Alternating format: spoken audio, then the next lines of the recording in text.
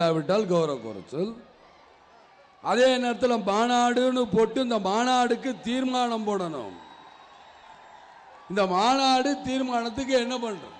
நான் எல்லாரையுமே பேச சொல்லி கடைசியாக பேசுறேன். அதே மாதிரி பத்திரிகை நண்பர்களுக்கும் நான் வேகமாக பேசணும். என்ன பண்றது, ஒரு முறைன்னு இருக்கு.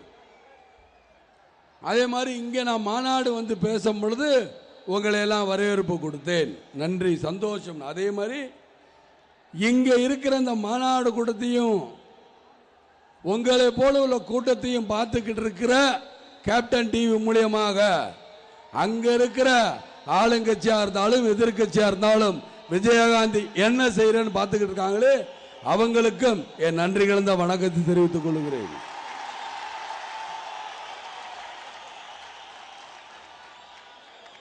என்னுடைய